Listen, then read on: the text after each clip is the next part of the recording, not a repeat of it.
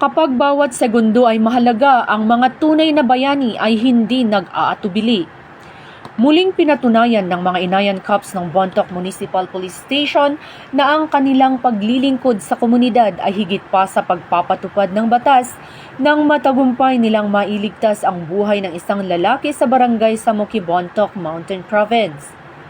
Matapos makatanggap ng ulat mula sa isang nag-aalalang mamamayan, agad na rumesponde ang mga tauhan ng Bontoc MPS at nagmadaling nagtungo sa lugar ng insidente, katuwang ang mga tauhan mula sa Municipal Health Office at mga local volunteers upang magbigay ng kinakailangang tulong sa isang lalaking nahulog sa isinasagawang gusali.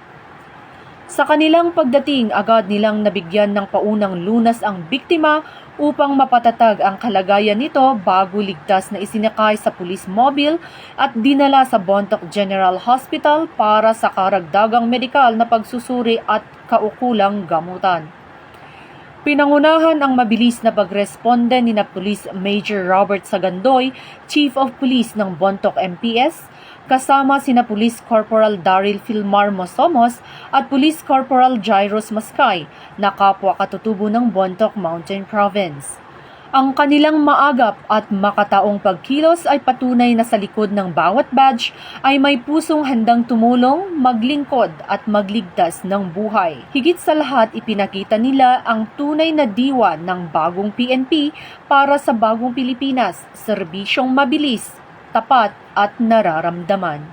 Mula dito sa rehiyon ng Cordillera, ako ang inyong PNN correspondent, Patrolwoman Lizelle Digman, alagad ng batas, tagataguyod ng Balitang Pulis.